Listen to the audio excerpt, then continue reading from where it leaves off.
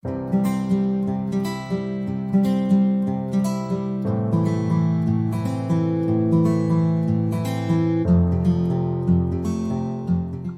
morning. I hope I find you well. My name is Talian from Transformation Team, and welcome to the 6th check-in session.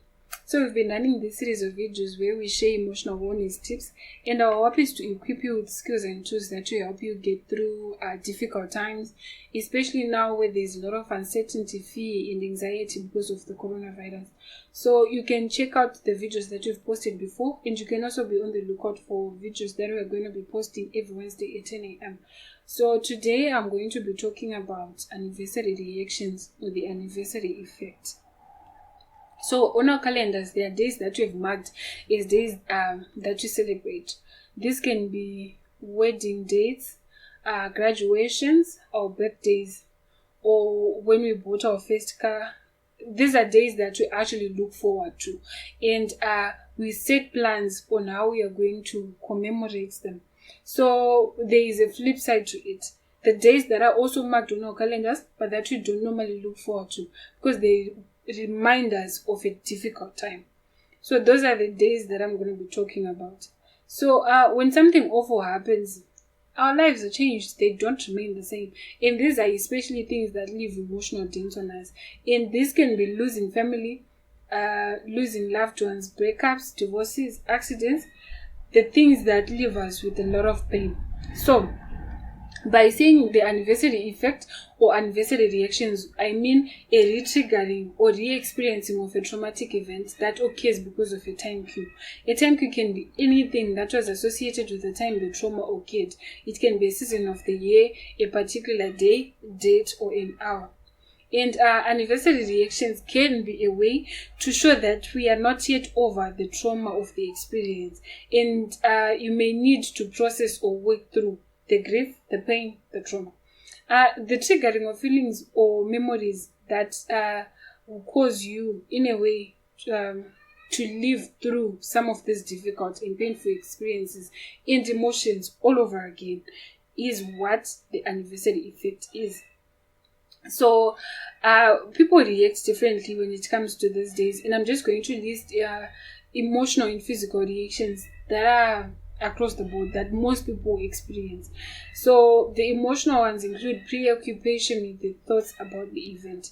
So when the date is approaching or when the time is approaching, you find yourself thinking about it a lot, and there is no space in your thoughts for anything else. So the preoccupation with thoughts about the event usually is because we think that you could have done something else to avoid the situation.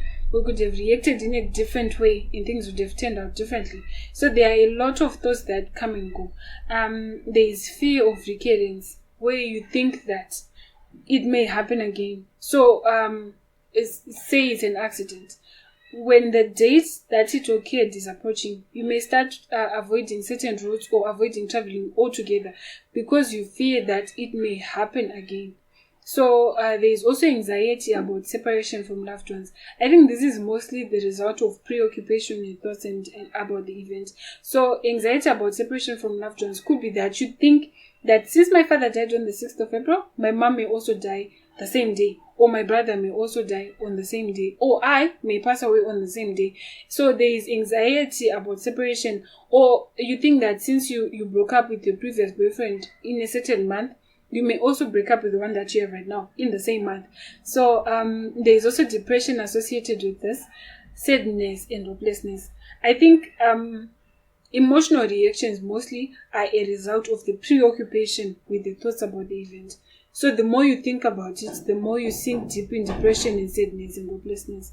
So there are also physical reactions that people show. This could be fatigue, restlessness and sleeplessness, physical illness, headaches. And these reactions diminish over time.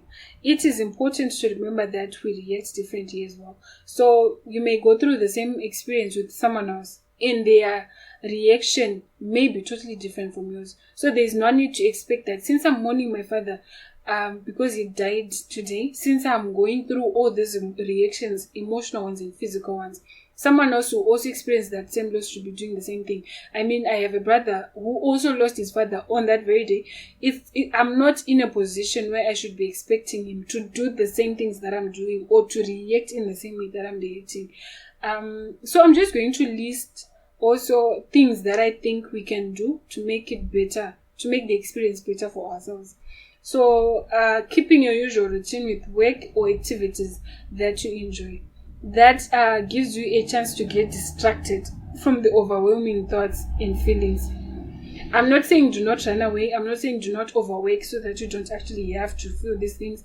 But maintaining your usual routine is very important because then your life is not disrupted. And you have less time to focus on negative things. So keep your usual routine and then spend time with family and friends. You can draw strength from these people.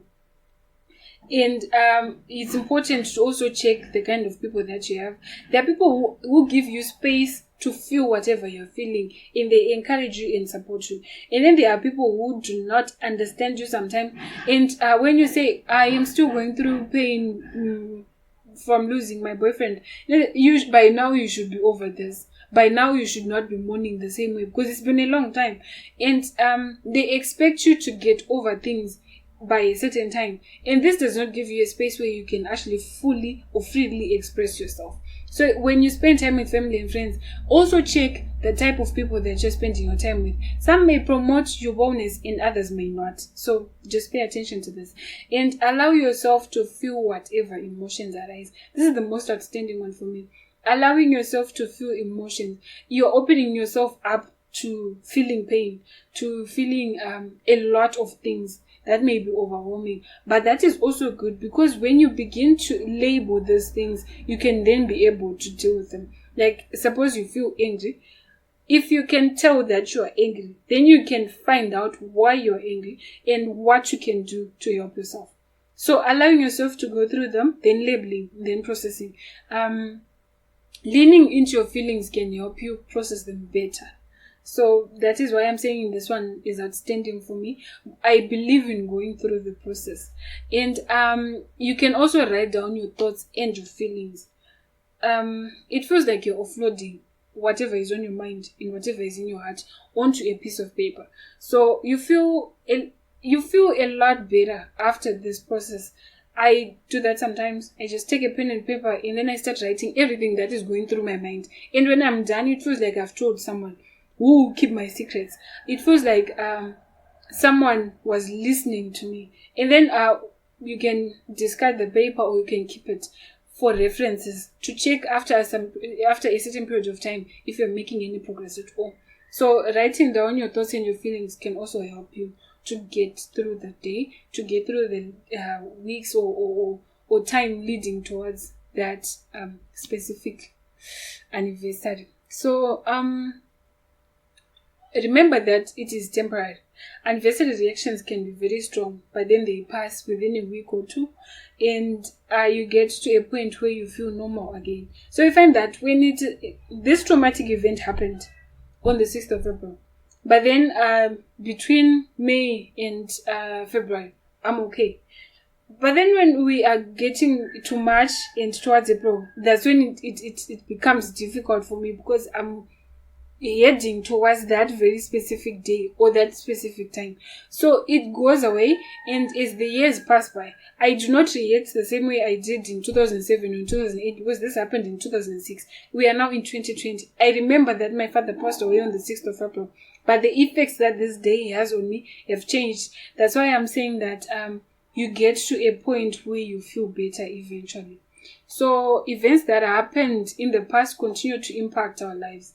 They continue to do that, and even if we do not think so, sometimes they still do.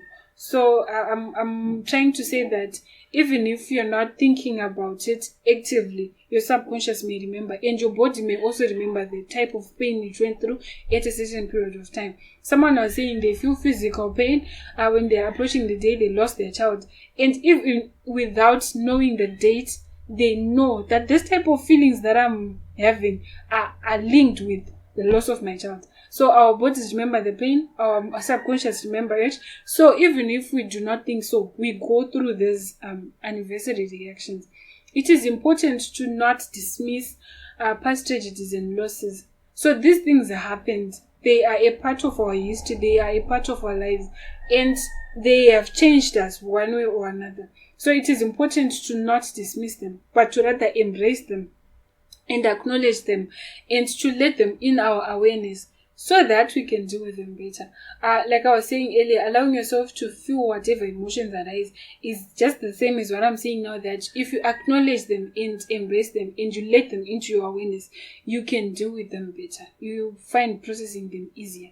So that is what I have for you today, and I hope the next time the day comes that you dread, you may be able to deal with it better. And just keep safe, guys. COVID is claiming lives, and try as much as you can to keep social distancing, to keep your mask on, and to sanitize. Do everything that you can to make sure that you're safe from the virus and that you do not spread it to other people. Thank you, and see you again hopefully soon.